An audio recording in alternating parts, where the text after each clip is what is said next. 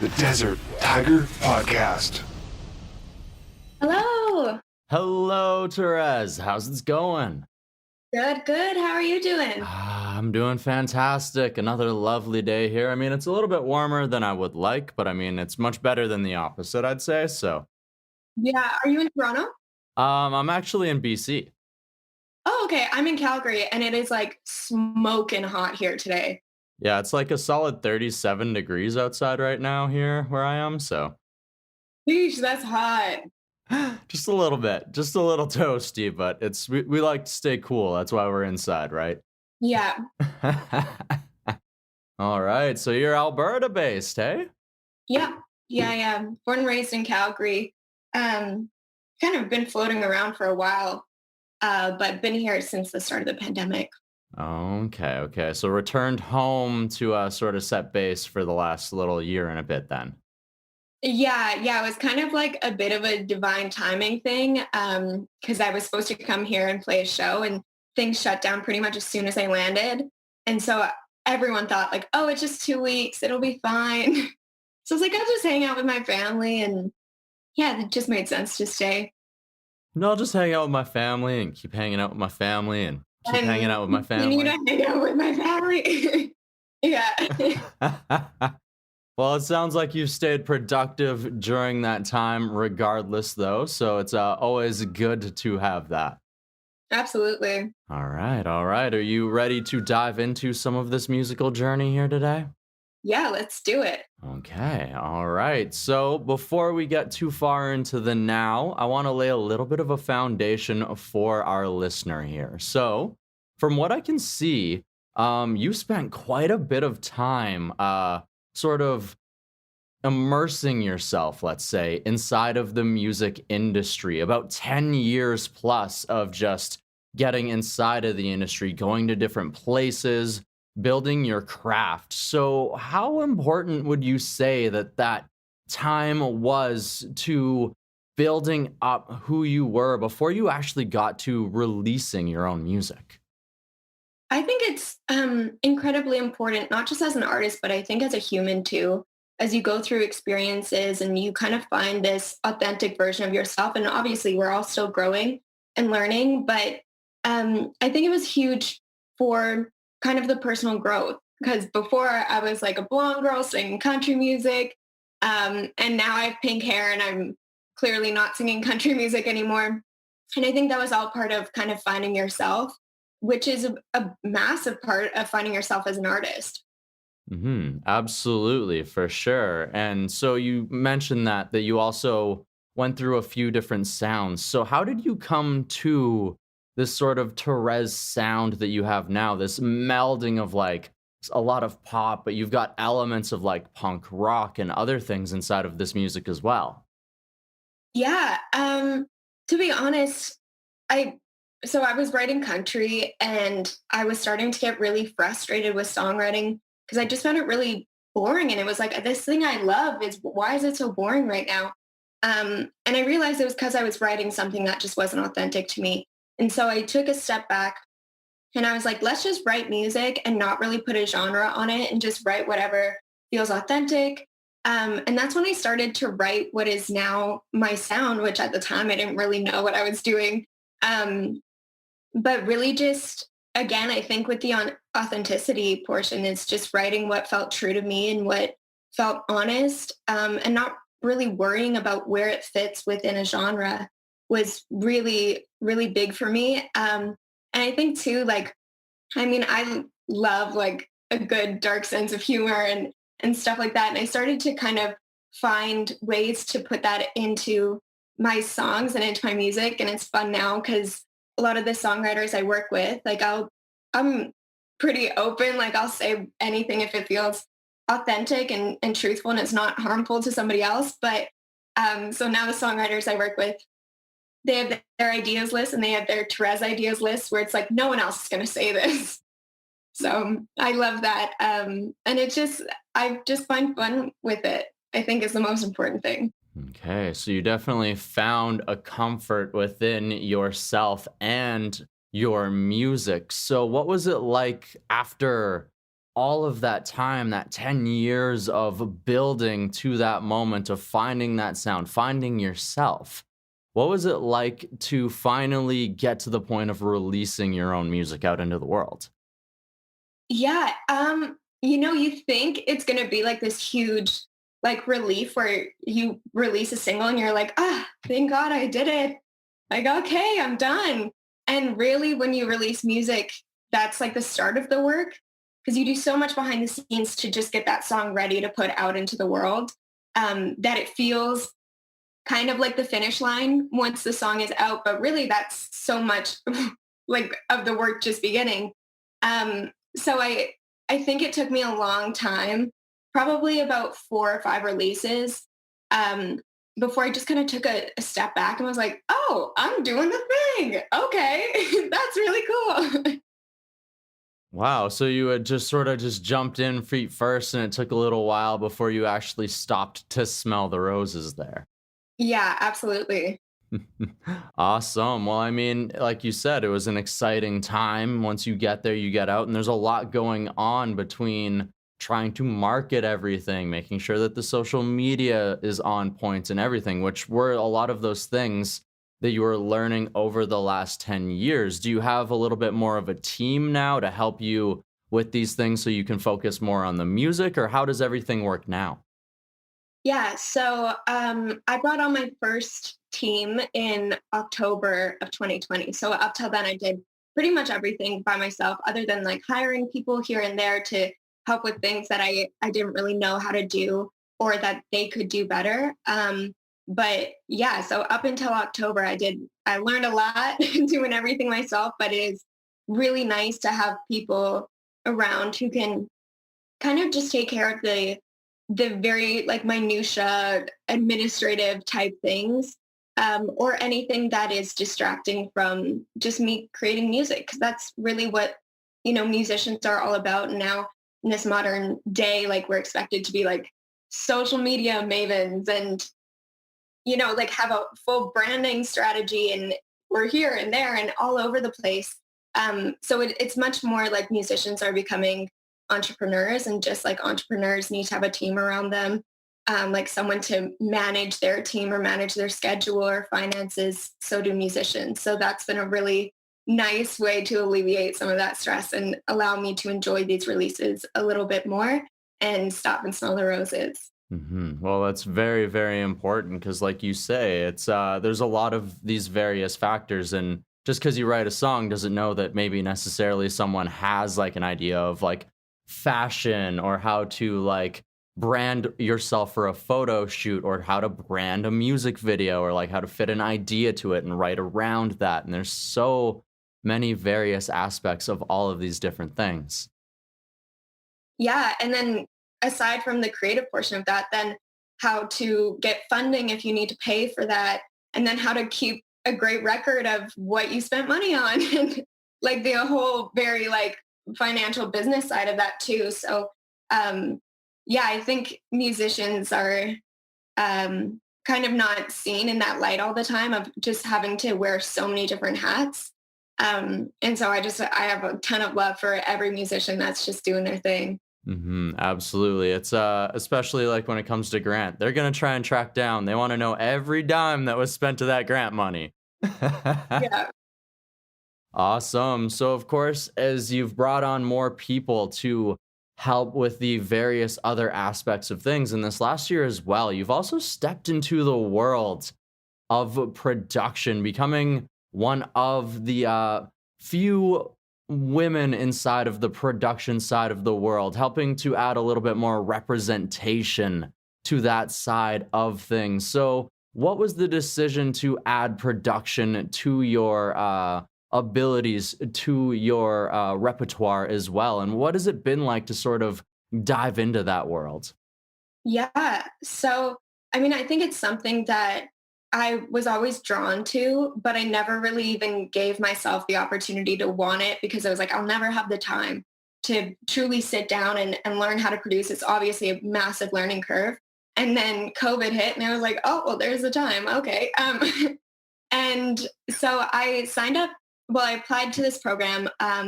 It's called the SOCAN Equity X program in partnership with RBC, and it's a free program. So for anyone who's listening, it's who wants to apply.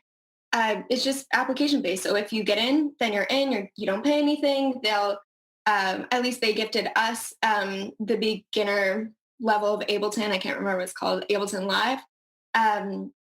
And it's geared towards closing that gender disparity within music production. So it's for women and non-binary people, or for anyone who identifies as a woman, to really give you all the skills necessary to be able to produce music. And so I got into this program, and I already kind of have this interest. And then as soon as the program started, I was like, this is it. Oh my gosh. I was so like involved with the program, and I'm such a huge advocate of it. I think it's an incredible program. And from there, I had the like skills to use Ableton, but not really the because it's really just the technical skills, not necessarily as much like on the creative side.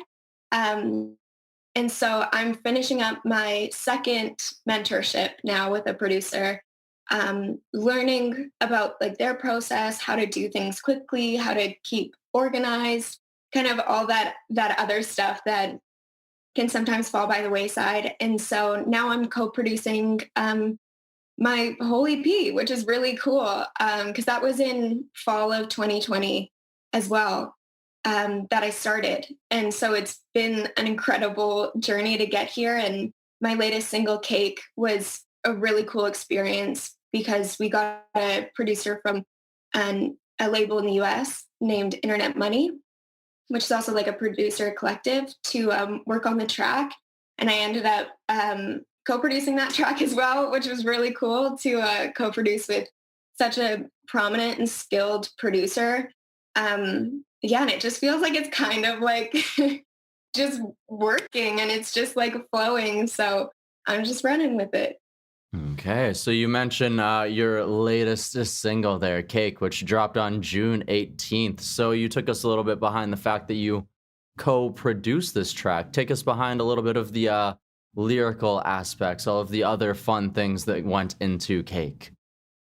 Yeah, so I wrote it over like a virtual session just like this, over Zoom, with two people in Nashville. One of them is one of my like really close girlfriends. And it was slightly stemmed from personal experiences for multiple people in the room. And, you know, going into these sessions with, okay, I'm going to release an EP. I need songs for that EP, obviously. But also giving yourself freedom of like, not every song is going to be the best song you've written. Just write like the best you can do today. And if it's for me as an artist, that's great. And if it's a better fit for a different artist, that's cool too. And just kind of taking off that pressure, and just enjoying yourself. And so that's really what we did with Cake. And we didn't even really have like the hook line, which is, you can't have her cake and eat mine, until we wrote up until the end of the chorus. And we were like, what is this song even about? Because that final line is kind of like the summary, right? Of most songs. It's like, it's typically what the title is too. And it's like, in summary, you cannot have her cake and eat mine. There you go, summarized. And I think we were just joking around, and I threw that out there. And we are like, oh, that's actually really funny and so true. And yeah, it very much felt like a bit of an ode to modern day dating, of just being on the other, like the short end of the stick with that. Definitely. It's a lot of us have experienced the internet dating age as hookup culture and the swiping and all of those fun things. But it also leads to a lot of ghosting, a lot of wondering what's going on. And like you say, sometimes a lot of sneaking around, and people who think that maybe they can play a few different games. But God dang it, there's a whole meal at home. Deal with that. Yeah, I think it's constantly a search for, is there something better out there? Which humans are humans, like perfection doesn't exist. So you might as well build where you feel passion to build. And, you know, there's always greener grass until you realize it's fake. Very, very true. I love that analogy. All right. So I would love to dive into one other of the tracks that you've recently released here. I want to dive into This City, another very fun track, but a very different energy there where Cake maybe telling someone that this is I'm important, I need to be respected, and you can't have me and somebody else. Whereas this other one is This City, maybe a little bit more of you were with somebody, but now you're missing them. Yeah. Yeah. So I wrote that song when I was living in Toronto. Um, I'd moved there by myself and I realized I didn't really know a lot of people once I got there. And it was kind of lonely. Like it's really lonely, whether you're in music or going away for school. It's lonely moving and living somewhere where you might not know a lot of people or just where there's a lot of newness around. And so I wrote this idea on my phone, The City Makes Me Think of You, because I think when people are missing somebody, they typically go to the last place where they felt like needed or loved. And for a lot of people, that's like a previous relationship. Um, and after hustling, I was doing writing sessions like 2 to 3 times per day. And after doing that for like a month and a bit, I got asked to be a part of um, what's called a song camp. And that's pretty much like a very literal version of musical chairs where they just bring in all these creatives and you all break off into rooms and write a song. And then you all mix up the rooms and write a song. And you just keep going until you run out of time. And at that song camp, I pitched that idea, "The City Makes Me Think of You." And I wrote it with these two other incredible Canadian writers. And we had so much fun in that session. We were jumping up on couches. I still have the videos in my phone. Stephen Leckie, who is one of the writers and ended up also co-producing the track with me. Um, he was spinning in like a swivel chair and we were just having so much fun and it felt like such a turning point, both musically being in Toronto and also on a personal level of like, oh, like I feel this loneliness, but other people do too. And this is what music's all about, is creating something that's relatable and that helps people feel seen, and really kind of exploiting your own experiences to just show people a little bit of love. Well, all at the exact same time, meeting new people in a new city. Yeah. And it sounds like an incredible experience and it led to an incredible song. So thank you for taking us behind that there. So you mentioned earlier that you've been co-producing your own EP that you started back in 2020 in October. So without giving away too many of the secrets, what can you tell us about this upcoming collection?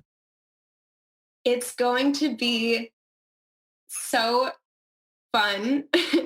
I'm like trying to like mold my answer to not give away too much. But there's talk of mental health, of social media, a little bit of revenge. I feel like it really encompasses a lot of the prominent emotions I felt over like the past 2 years and working through just this new social media age. And obviously mental health has been a huge concern with so much isolation within the past year and a half that I've obviously not come out of unscathed. And I really just wanted to write something that felt very authentic and like a full body of work.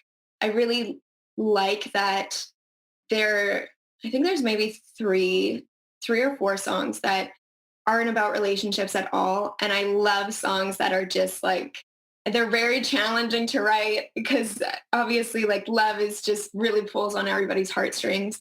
But I'm really, really happy that I snuck some songs on there that are just there to make people feel independent, work through your own feelings by yourself, and not really like center everything around a relationship. Very true. It's relationships are very relatable, so it makes it something that's easy to write about.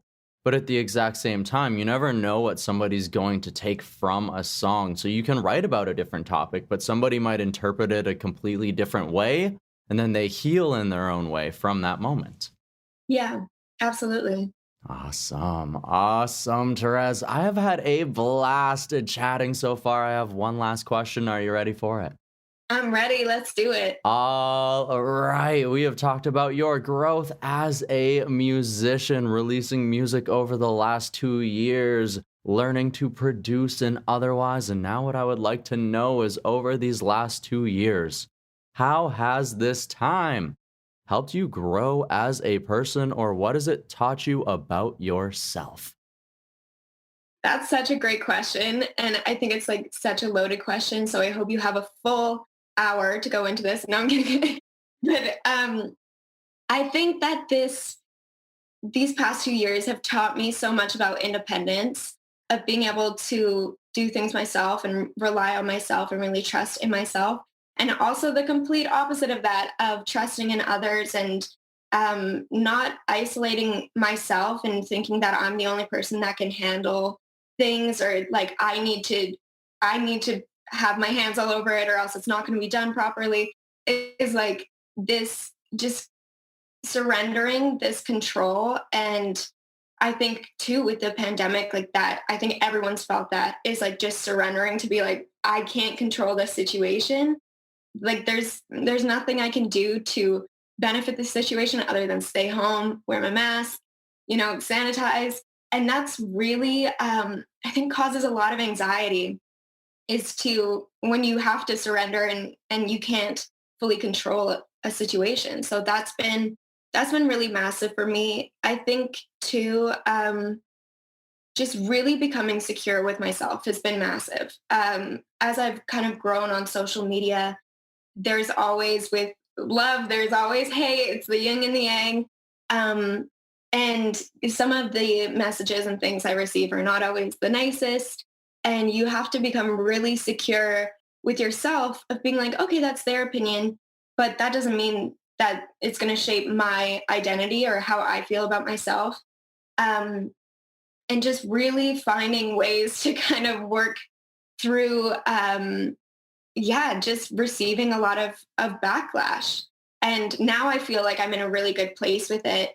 But there's definitely times where just that little comment like just gets in, and it's because we're human. Like you can't build up a wall and then expect to be able to feel the full spectrum of emotion. So that has been something I'm actually really proud of, is just how secure I feel with myself right now.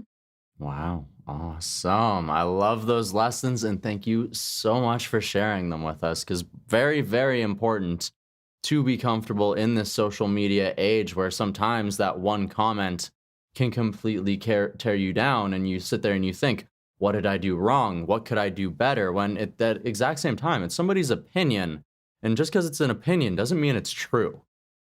Yeah, I also help mentor young women in the music industry, just hoping I can help them steer clear of some of the mistakes I've made.